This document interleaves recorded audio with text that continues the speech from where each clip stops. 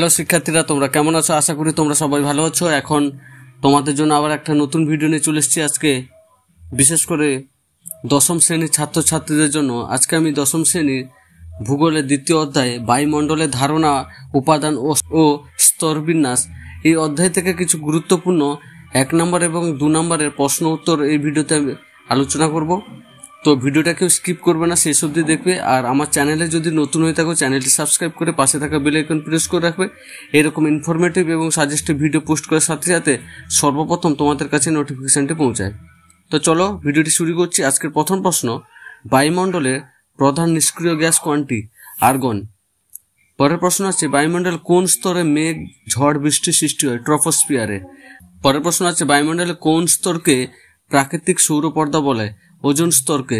বায়ুমণ্ডলের সর্বনিম্ন উষ্ণতার স্তর কোনটি? মেসোস্ফিয়ার বা মেসোপোজ। পরের কোশ্চেন আছে, বায়ুমণ্ডলের কোন স্তরকে শান্ত মণ্ডল বলা হয়? স্ট্র্যাটোস্ফিয়ারকে। নেক্সট কোশ্চেন আছে, কোন গ্যাস গ্রিন হাউস এফেক্টের জন্য প্রধানত দায়ী? Carbon die oxide. পরের প্রশ্ন আছে, জেট প্লেন বায়ুমণ্ডলে কোন স্তর দিয়ে চলাচল করলে? স্ট্র্যাটোস্ফিয়ার দিয়ে। উল্কাপিণ্ড বায়ুমণ্ডলের কোন স্তরে এসে পুড়ে ছাই হয়ে যায়? মেসোস্ফিয়ারে। বায়ুমণ্ডলের কোন স্তরে বেতার তরঙ্গ প্রতিফলিত হয়? আয়নোস্ফিয়ারে। পরের প্রশ্ন আছে, বায়ুমণ্ডলের কোন স্তরে মেরুপ্রভা বা অরোরা দেখা যায়? আয়নোস্ফিয়ারে। পরের কোশ্চেন আছে, বায়ুমণ্ডলে নাইট্রোজেনের শতকরা পরিমাণ কত? প্রায় 78.08%। এরপরের প্রশ্ন আছে, বায়ুমণ্ডলের উষ্ণতম স্তর কোনটি? থার্মোস্ফিয়ার। নেক্সট, বায়ুমণ্ডলের কোন স্তরে কৃত্রিম উপগ্রহগুলি স্থাপন করা হয়? এক্সোস্ফিয়ার ও ম্যাগনেটোস্ফিয়ারে। এরপরের প্রশ্ন আছে, ওজোন ধ্বংসকারী মূল উপাদান কোনটি?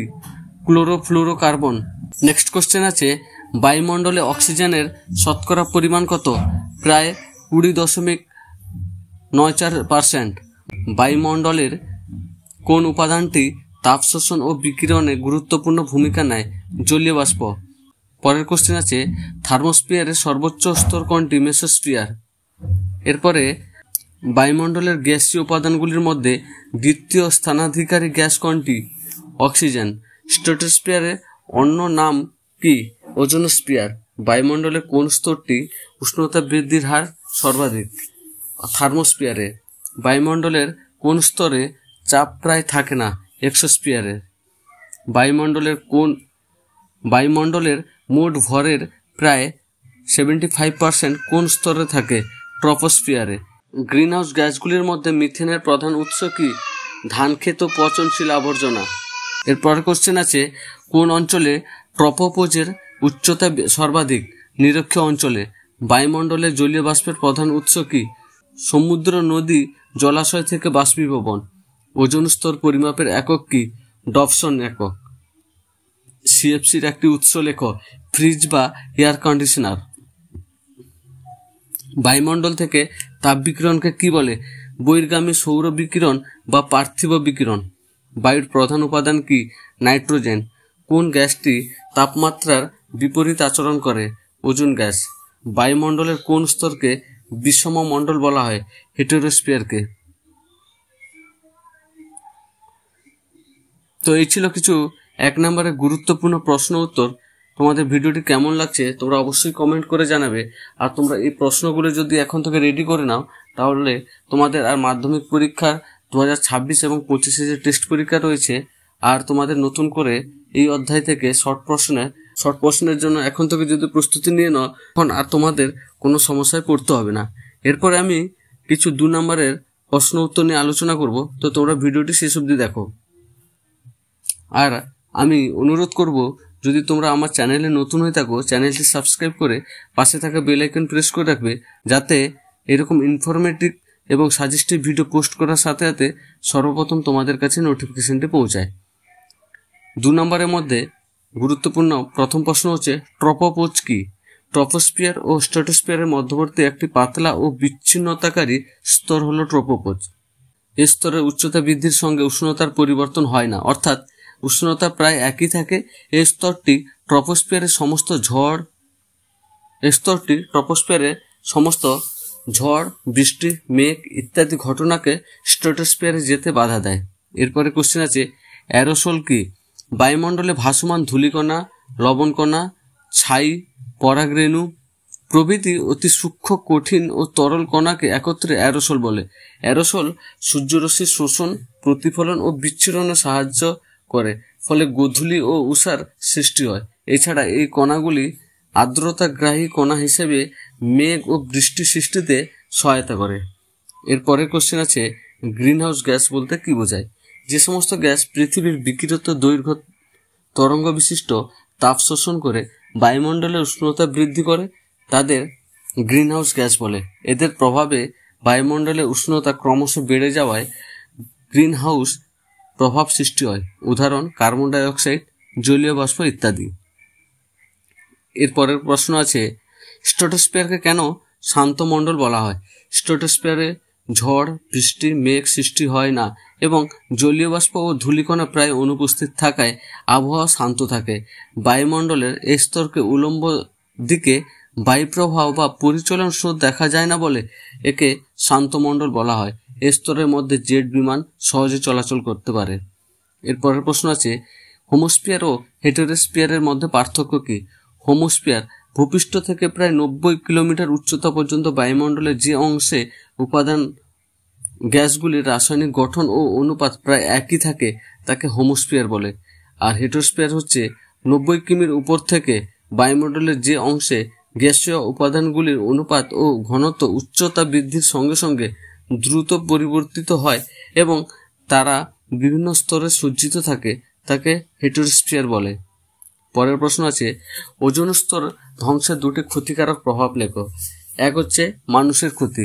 অতি বেগুনি রশ্মির প্রভাবে মানুষ ও অন্যান্য প্রাণী ত্বকের ক্যান্সার, চোখের ছানি এবং রোগ প্রতিরোধ ক্ষমতা হ্রাস পায়।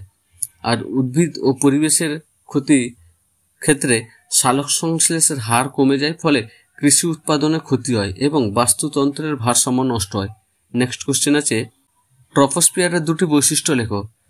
এক নম্বর হচ্ছে উষ্ণতার পরিবর্তন। এই স্তরে উচ্চতা বৃদ্ধির সাথে সাথে প্রতি কিলোমিটারে 6.4 ডিগ্রি সেন্টিগ্রেড হারে উষ্ণতা কমতে থাকে, যাকে স্বাভাবিক উষ্ণতা হ্রাসের হার বলে।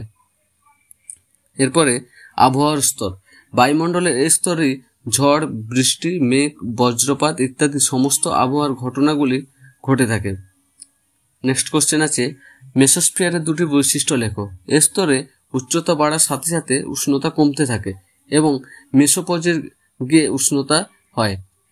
আর 2 নম্বর হচ্ছে, মহাকাশ থেকে আসা উল্কাপিণ্ডগুলি এই স্তরে প্রবেশ করে বায়ুর সঙ্গে সংঘর্ষের ফলে জ্বলে ছাই হয়ে যায়। নেক্সট কোশ্চেন আছে, বায়ুমণ্ডলে জলীয় বাষ্পের গুরুত্ব কি? 1 নম্বর হচ্ছে মেঘ ও বৃষ্টি সৃষ্টি। জলীয় বাষ্প ঘনীভূত হয়ে মেঘ, বৃষ্টি, তুষারপাত ইত্যাদি সৃষ্টি করে। আর 2 নম্বর হচ্ছে তাপমাত্রা নিয়ন্ত্রণ। এটি গ্রিনহাউস গ্যাস হিসেবে পৃথিবীর বিকিরিত তাপ শোষণ করে বায়ুমণ্ডলকে উষ্ণ রাখে। নেক্সট কোশ্চেন আছে, ইনসোলেশন বলতে কি বোঝো? সূর্য থেকে আগত যে তাপশক্তি স্বল্প তরঙ্গরূপে বায়ুমণ্ডলের মধ্য দিয়ে পৃথিবীতে পৌঁছায় তাকে সূর্যালোক বা ইনসোলেশন বলা হয়। এই সৌরশক্তি পৃথিবী ও তার বায়ুমণ্ডলের উষ্ণতার প্রধান উৎস। নেক্সট কোশ্চেন আছে, প্রাকৃতিক সৌর পর্দা বলতে কি বোঝো? স্ট্র্যাটোস্ফিয়ারে অবস্থিত ওজোন স্তর সূর্য থেকে আগত ক্ষতিকারক অতি বেগুনি রশ্মি সম্পূর্ণরূপে শোষণ করে নেয় এবং জীবজগৎকে রক্ষা করে। এই কারণে ওজোন স্তরকে প্রাকৃতিক সৌর পর্দা বা প্রাকৃতিক ছাতা বলা হয়। নেক্সট কোশ্চেন আছে, বায়ুমণ্ডলের প্রধান উপাদানগুলির নাম লেখো। বায়ুমণ্ডলে প্রধান 3টি উপাদান নিয়ে গঠিত। প্রথমত হচ্ছে গ্যাসীয় উপাদান, nitrogen, oxygen, carbon die oxide ইত্যাদি। তারপরে জলীয় বাষ্প, বায়ুর একটি গুরুত্বপূর্ণ উপাদান যা মেঘ ও বৃষ্টি সৃষ্টি করে। আর 3 নম্বর হচ্ছে ধূলিকণা ও অন্যান্য কঠিন কণা, এরোসল, ধূলিকণা ইত্যাদি।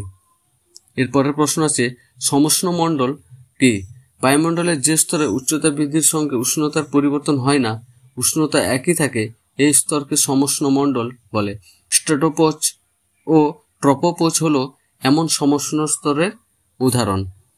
নেক্সট কোশ্চেন আছে, থার্মোস্ফিয়ারকে আয়নোস্ফিয়ার বলা হয় কেন?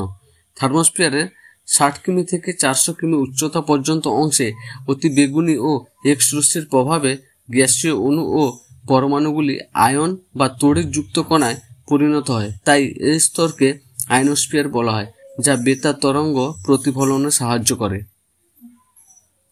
পরের প্রশ্ন আছে, গ্লোবাল ওয়ার্মিং কি? গ্রিনহাউস গ্যাস বিশেষত কার্বন ডাইঅক্সাইড, মিথেন ইত্যাদি বৃদ্ধির কারণে পৃথিবীর বায়ুমণ্ডলের গড় উষ্ণতা ধীরে ধীরে বৃদ্ধি পাওয়ার ঘটনাকে বিশ্ব উষ্ণায়ন বা গ্লোবাল ওয়ার্মিং বলে। এর ফলে মেরু অঞ্চলের বরফ গলে সমুদ্রের জলস্তর বৃদ্ধি পায়। তো তোমাদের ভিডিওটি কেমন লাগছে অবশ্যই তোমরা কমেন্ট করে জানাবে। আর আমার চ্যানেলে যদি নতুন হয়ে থাকো চ্যানেলটি সাবস্ক্রাইব করে পাশে থাকা বেল আইকন প্রেস করে রাখবে, যাতে এরকম ইনফরমেটিভ এবং সাজেস্টিভ ভিডিও পোস্ট করার সাথে সাথে সর্বপ্রথম তোমাদের কাছে নোটিফিকেশনটি পৌঁছায়। আর ভিডিওটি তোমরা বেশি বেশি করে শেয়ার করে দাও। বৈপরীত্য উষ্ণতা কাকে বলে? স্বাভাবিকভাবে ট্রপোস্ফিয়ারের উচ্চতা বৃদ্ধির সঙ্গে সঙ্গে উষ্ণতাও বৃদ্ধি পায়, কিন্তু বিশেষ পরিস্থিতিতে যেমন দীর্ঘ ও শান্ত শীতকাল ভূপৃষ্ঠ সংলগ্ন শীতল ও ভারী বায়ুস্তরের উপরে উষ্ণ ও হালকা বায়ুস্তর অবস্থান করলে উষ্ণতার এই বিপরীত অবস্থাকে বৈপরীত্য উষ্ণতা বলে। নেক্সট কোশ্চেন আছে, বায়ুমণ্ডলে দুটি গুরুত্ব লেখো। এক হচ্ছে জীবের অস্তিত্ব রক্ষা। বায়ুমণ্ডলে অক্সিজেন গ্যাস জীবজগৎকে শ্বাসকার্য চালানোর জন্য অপরিহার্য। দুই হচ্ছে আবহাওয়া নিয়ন্ত্রণ। বায়ুমণ্ডলে জলীয় বাষ্প, মেঘ, বৃষ্টি, তাপমাত্রা পরিবর্তন প্রভৃতির মাধ্যমে আবহাওয়া ও জলবায়ু নিয়ন্ত্রিত হয়। এরপরের কোশ্চেন আছে, ট্রপোস্ফিয়ারকে কেন ক্ষুব্ধমণ্ডল বলা হয়? ট্রপোস্ফিয়ারের বায়ু উলম্ব পরিচলন স্রোত, জলীয় বাষ্প, ধূলিকণা ইত্যাদির প্রাচুর্য থাকায় মেঘ, ঝড়, বৃষ্টি, বজ্রপাত, তুষারপাত ইত্যাদি নানাবিধ আবহাওয়ার ঘটনাগুলি ঘটে। এই কারণে এই স্তরটিকে ক্ষুব্ধমণ্ডল বলা হয়। নেক্সট কোশ্চেন আছে, ওজোন গহ্বর বা ওজোন হোল কি? মানুষের সৃষ্ট সিএফসি এর মতো রাসায়নিকের প্রভাবে স্ট্র্যাটোস্ফিয়ারে ওজোন গ্যাসের পরিমাণ ক্রমশ কমে গেলেও তার ঘনত্ব মারাত্মকভাবে হ্রাস পেলে তাকে ওজোন গহ্বর বা ওজোন হোল বলে। এটি প্রথম আন্টার্কটিকা উপরে লক্ষ্য করা যায়। নেক্সট কোশ্চেন আছে, এক্সোস্ফিয়ারের দুটি বৈশিষ্ট্য লেখো। এটি বায়ুমণ্ডলের সর্বোচ্চ স্তর, যেখানে বায়ুর ঘনত্ব ও চাপ অত্যন্ত কম। এই স্তরের প্রধান গ্যাসীয় উপাদানগুলি হল হাইড্রোজেন ও হিলিয়াম। এই স্তর ভেদ করে গ্যাসীয় কণাগুলি ধীরে ধীরে মহাকাশে বিলীন হয়ে যায়। এরপরের কোশ্চেন আছে, অ্যারোনমি কি? বায়ুমণ্ডলে উচ্চস্তরে সাধারণত স্ট্র্যাটোস্ফিয়ারের উপরে গ্যাসীয় কণাগুলির গতিবিধি, আয়নায়ন, রাসায়নিক বিক্রিয়া এবং এই অঞ্চলের প্রাকৃতিক ঘটনাগুলি নিয়ে ভূগোলের যে শাখায় আলোচনা করা হয় তাকে অ্যারোনমি বলে। বায়ুমণ্ডলের সীমানা বলতে কি বোঝো? গ্যাসীয় আবরণ হিসাবে বায়ুমণ্ডলে প্রায় 10,000 কিমি পর্যন্ত বিস্তৃত হলেও গুরুত্বপূর্ণ গ্যাসীয় উপাদান ও জলীয় বাষ্প ভূপৃষ্ঠ থেকে প্রায় 40 কিমি উচ্চতার মধ্যে সীমাবদ্ধ। এই উচ্চতা পেরিয়ে বায়ু ক্রমশ হালকা হতে হতে মহাশূন্যে মিশে যায়। এরপরে কোশ্চেন আছে, স্ট্র্যাটোপোজ কি? স্ট্র্যাটোস্ফিয়ার ও মেসোস্ফিয়ারের মধ্যবর্তী সংযোগকারী স্তরটি হল স্ট্র্যাটোপোজ। এই স্তরে উচ্চতা বৃদ্ধির সঙ্গে উষ্ণতা আর বাড়ে না, প্রায় একই রকম থাকে, প্রায় 0 ডিগ্রি সেন্টিগ্রেড। এই স্তরের গড় উচ্চতা প্রায় 50 কিমি।